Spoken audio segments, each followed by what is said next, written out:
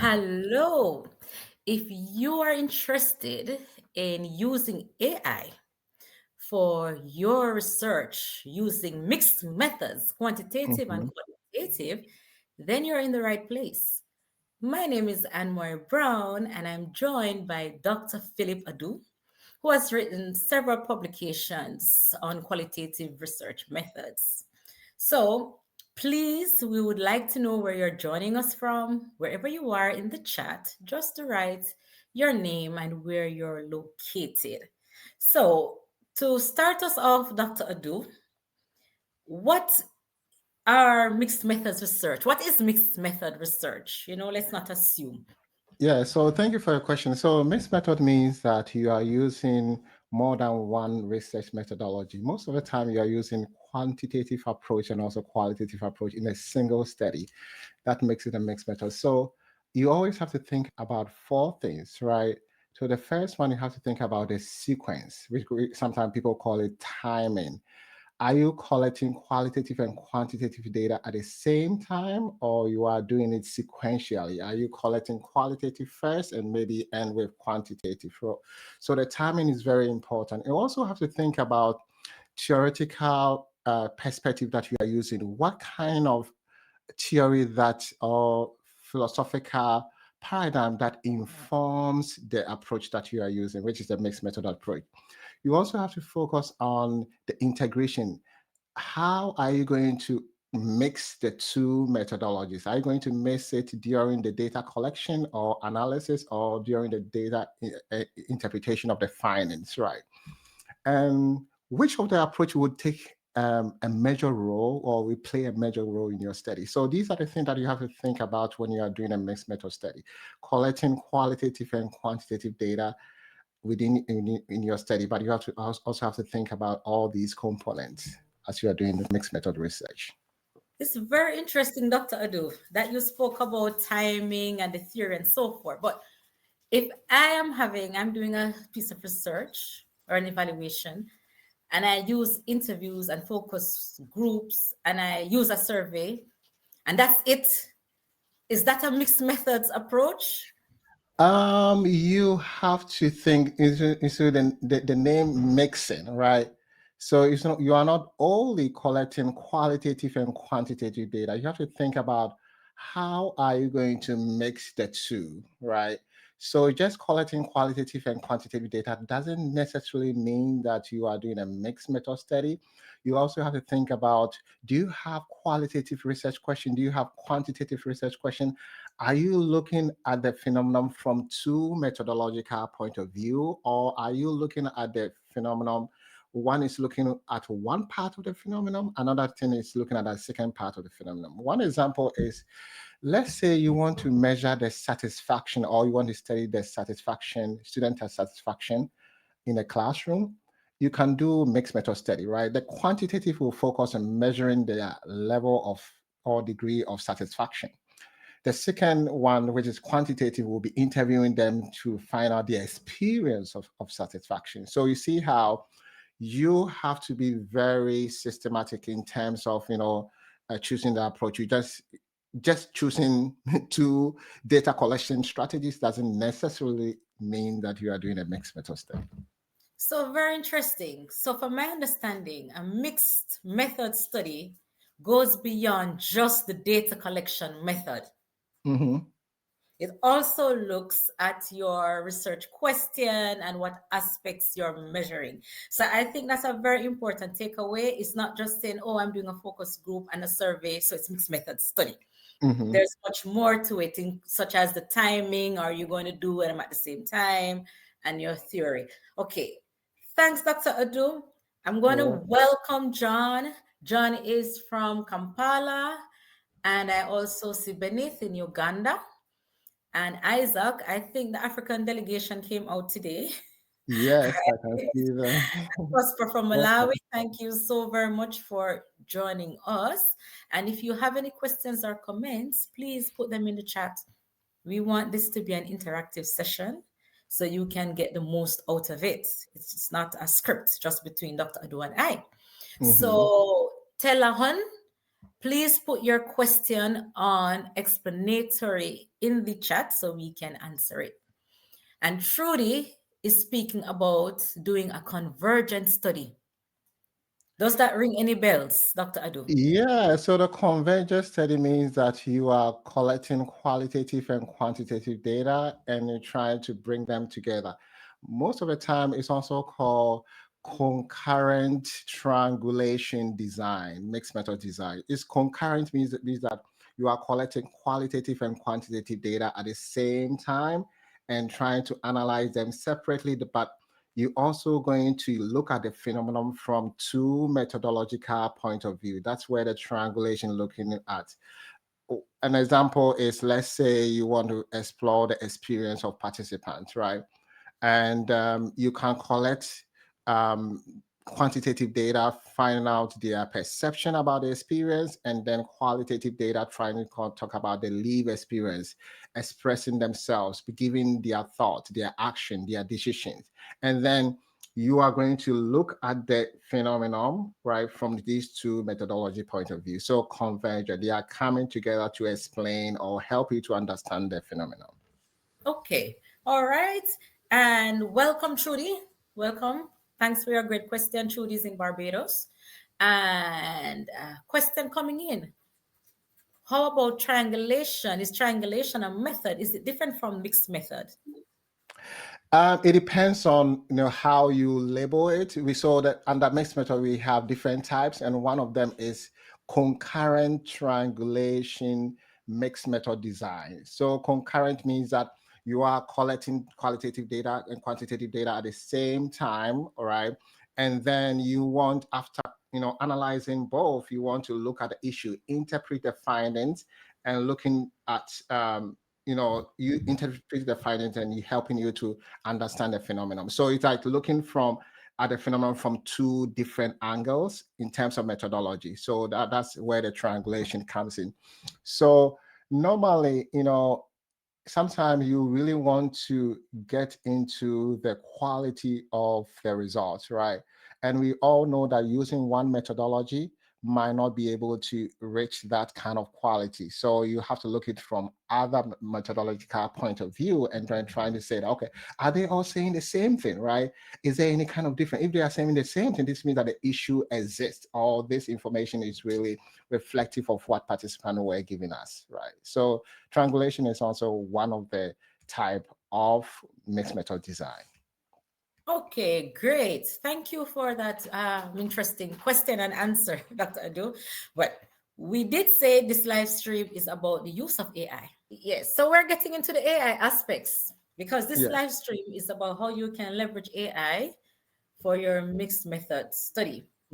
So Trudy has a question, and that is, how can she, I hope your pronoun is she, use AI almost as a research assistant to corroborate the themes from her thematic analysis?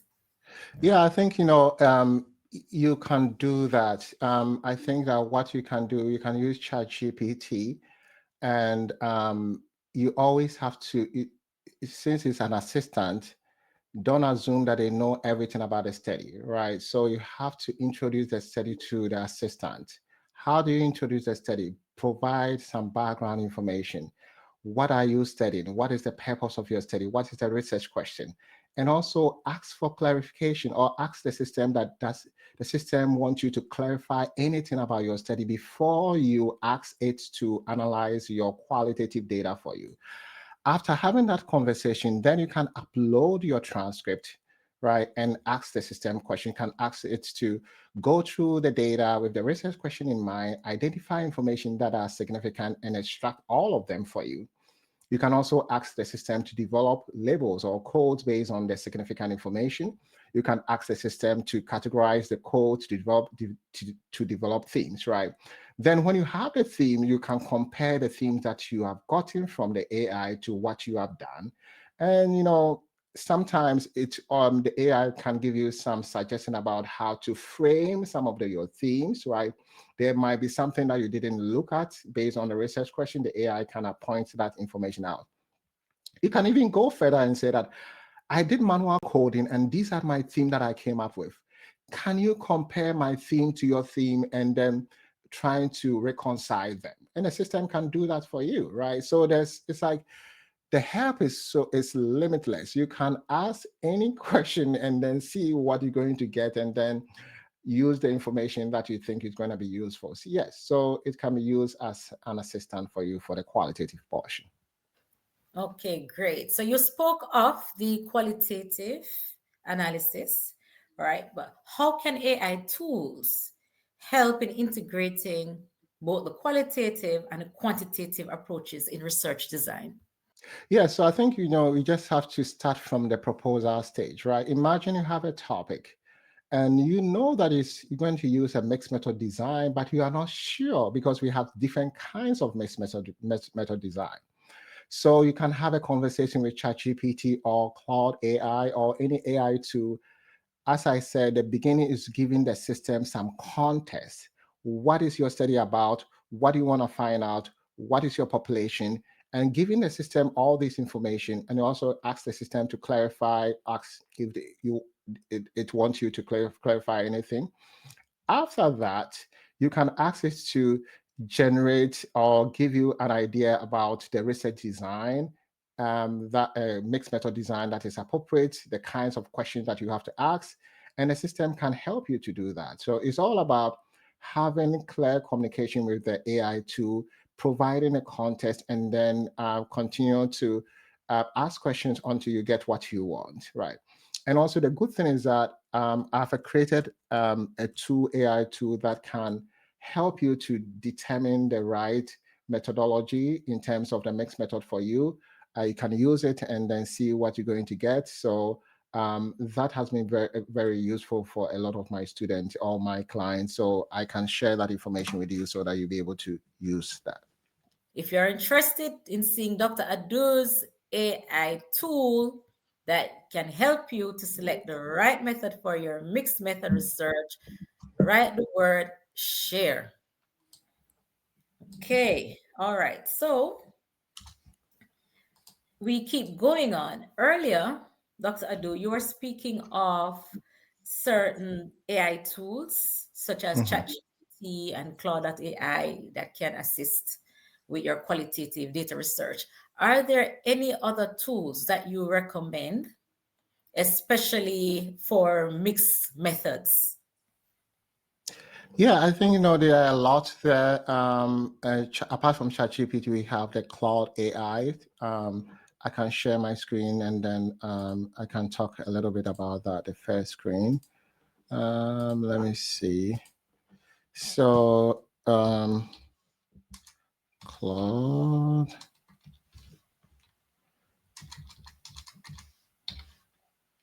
Yes. So the Cloud AI, it's just like ChatGPT, right? You ask the system questions and you'll be able to get some good information, right? So you just, as I said, try as much as possible to give a background information about your study, right? And then ask the system if it wants you to clarify anything before you ask them, okay, can you help me to determine the right research method approach? So you can use the Cloud AI. And I think that you can also use this tool that I've created under ChatGPT. Is called Mixed Method Design Decision Tool, right? And I put the link in the chat box or the comment. And I can also share the document with you about all this information about what I'm talking about after our conversation. So when you go there, you can ask the system some questions. And I think I did something that I can share with you. So this is the first, let's go up here. This is the first question that I asked, this question I asked the system, right? I said, I'm doing a study about University of Ghana students. I didn't bring, let me correct this one. So student experience of online course. Before you proceed, is there anything I should clarify? So now you see that I've given the system some information about my study, and I want the system to make sure that it understands what I want to do. So the system asks me some questions. What is my research question? What is the mixed method design I want to use? What is the priority? And all this information, right? Then I was able to answer some of their questions. You don't have to answer all, just answer the things that you think that you'll be able to answer. And then the system was able to provide me research question that I can focus on, right? And so this one is a qualitative research question. Also, it provides me the mixed method research question and then quantitative research questions, right? And then it also suggested the the mixed method design. This one, it's want me to use concurrent triangulation design. And then it provided a justification why it's the best compared to other mixed method design. And then it gave me how am I going to prioritize in terms of which one is going to play a major role in your study, right? So it looks like because you are using triangulation, two methodology, they are all going to play equal role in your study because triangulation, you are looking from the issue from the two methodological point of view, right? So they all have to have equal role. Integration, how are you going to integrate? It's saying that you can integrate your both methodologies during the data analysis and also interpretation stage. So you see how this software can provide you an idea about your design in terms of the sequence, the type of design that you have to use, the priority, the integration, and also the purpose, right? And I think that's where this tool could be very, very helpful for you. And as I said, if you want to get access to it, I'll put it in the comment section. And and if you have any question, you can ask me, and I'll be happy to address it for you, right? And there's another tool that I also um, recommend. It's called Social Studies Simulator, and I'll put a link in the comments so that you can get access to it. This one is so interesting. So let's assume that you already have an idea about your mixed method study, right? But you also have to make sure that you have, you have anticipated the challenges that you're going to face, and then things that you can action that you can use to overcome all these challenges, right? This is where the simulator comes in. It's just like you are doing a pilot study, but you are not actually doing a pilot study, where you tell the system, this is my mixed method design, this is my population. Can you help me to make sense of the kind of data I have to collect? And if in case I collect the data, what kind of analysis should I use and what kind of results should I will I get, right? So the system is so intelligent that it creates artificial data, we call it synthetic data, and run the analysis, and then you will be able to get an idea about the tools that you have to use, and then the in terms of qualitative, the themes that may come up when you collect your data. So it's like you have done a little bit of synthetic pilot study just to get an idea about how the kind of information that you're going to collect from participants and how you're going to analyze and also present the result. And then it also gives you information about lesson learned, right? What lessons have you learned from this simulation so that you'll be able to take into that consideration as you are doing the actual study. So these two tools will be very helpful for you, the mixed method one and also the social science studies simulator will be very helpful as you are doing the mixed method study. Okay, great. Thank you so much, right? And Conrad is asking how to avoid being marked as plagiarism when using AI. You said how to avoid what? Being flagged as Oh, plagiarizing when you're using AI. yeah, I think so. I always say that use it as first you have to review the tool as an AI assist. It's an assistant. It's not doing the research for you. So it's like giving you ideas about what you're going to do. You're not going to copy and paste things, right? So it's just the same thing as meeting an expert, methodology expert like me, and meeting me and asking questions, and I'll give you some ideas. So you give me information about your study, right? And I provide you, oh, I think based on this information, I think maybe concurrent mixed method approach will be the best, right? Or sequential uh, transformative mixed method approach will be appropriate. And you ask me, oh, what is sequential? And I give you all this information, right? So it's like information gathering. You are not going to copy and paste anything. You are just getting ideas so that it will help you to be well informed as you are doing your research. If you look at the tool like that, you will not have issues with copy and pasting, right? And having issues. You just have to see it as gathering ideas for you to do your research. Right. And this touches upon other ethical considerations, right? So, what else should one keep in mind ethically when using AI for their mixed method study, apart from just copy pasting without citation?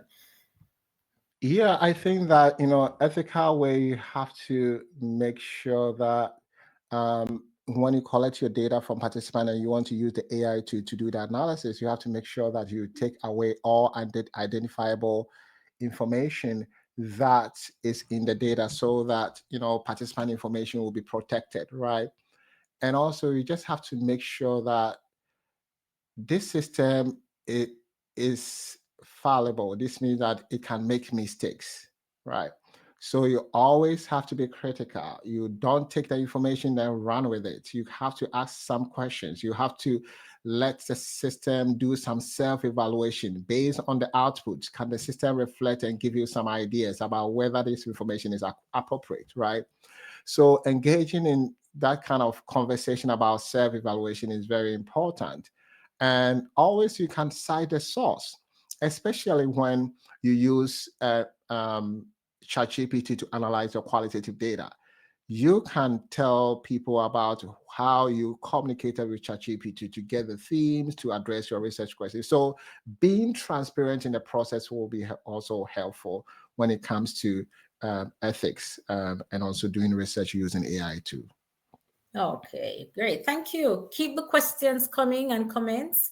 And if you want more detailed information, we'll also be having a workshop where we delve further into some of these ethical issues and also to give you more examples of how to use AI.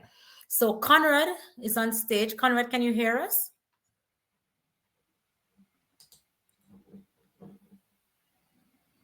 Conrad? Okay. So, Yeah, we are not hearing them.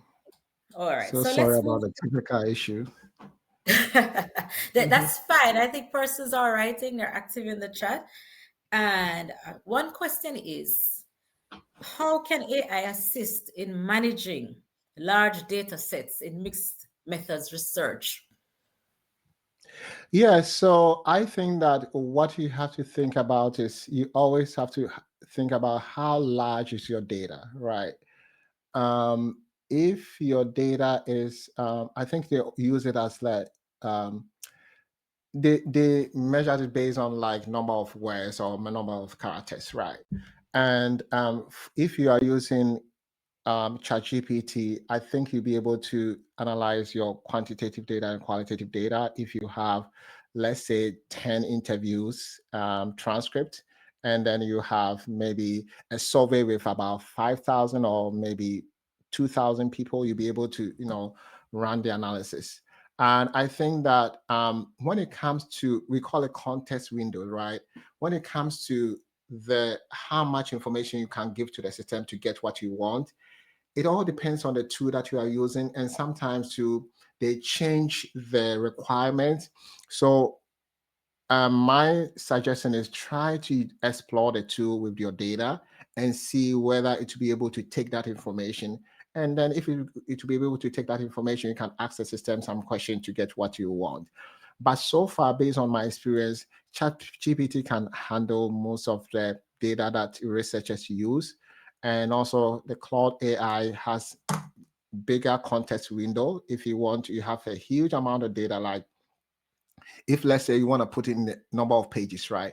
So if you have about 130 pages, right, in terms of if you want to translate your data into pages, Cloud AI will be very helpful. For ChatGPT, maybe something lower, like maybe 120 or 100 pages, right? 100,000, sorry, 100,000 pages.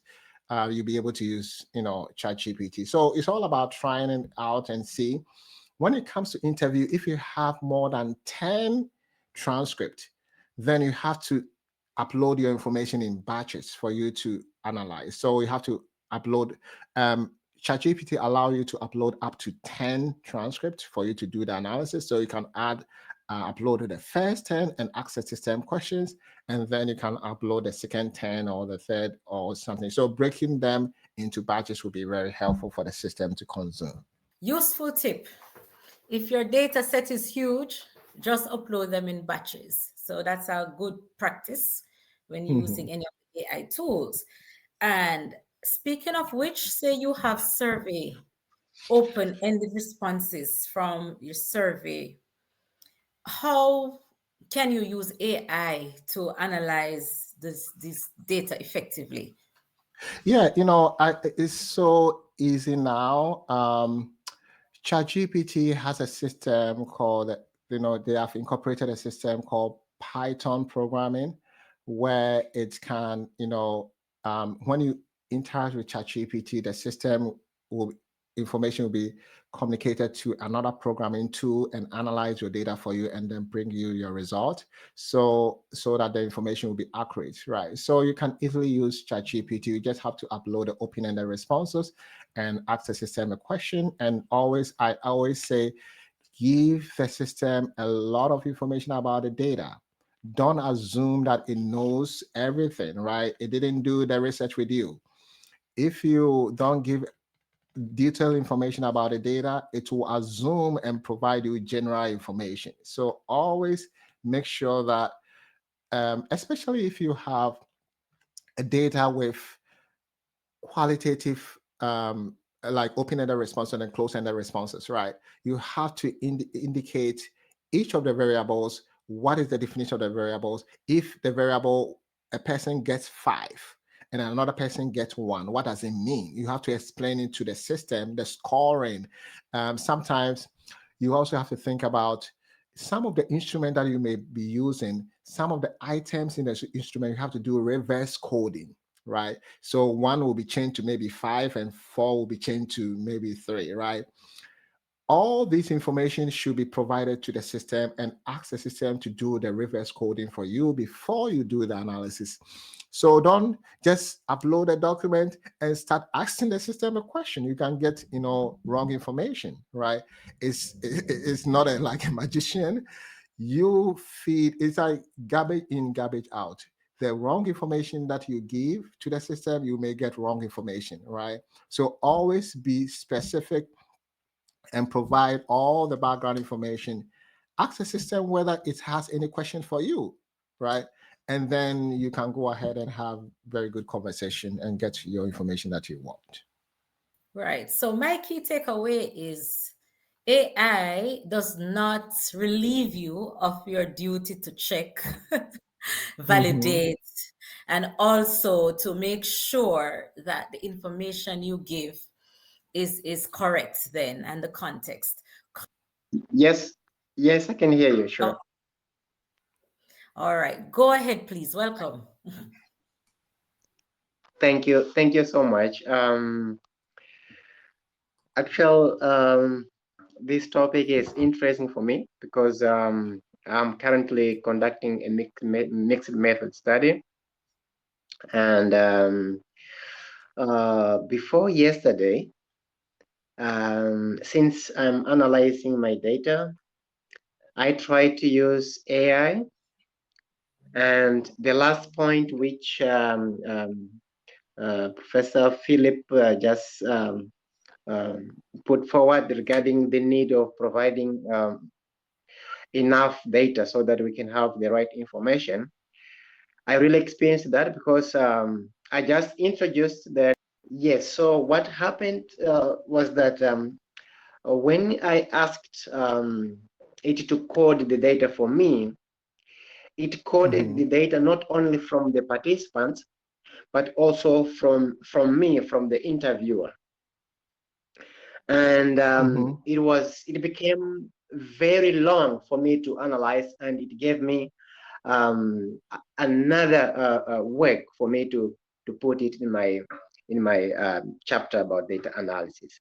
So the Mhm. point may be what I've learned now from you is maybe I'll need to refine or maybe provide more information to the AI so that it can provide me the right content for my analysis. I think so. You are so right, and I think that a lot of people make the similar mistake that you made, right?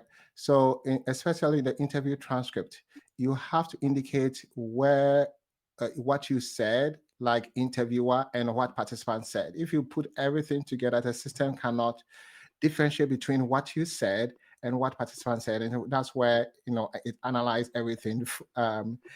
It sees everything as transcript, and it analyzes it for you and provide you all the information. So yes, it's so true. Providing some detailed information and also background information will be very helpful for the system to provide you rich results.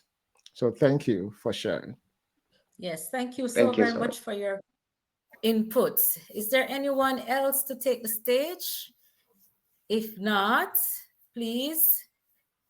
Okay. All right. So this was a question from Conrad. As researchers, we can collect our own quantitative data. Can we use ChatGPT to replace SPSS to run analyses?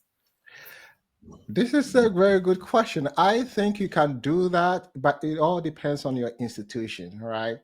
It's taking a little bit time for people to accept the use of ChatGPT. A year or two ago, people thought that, oh, ChatGPT cannot be good in math, so it will provide you wrong information because it's just predicting the next word.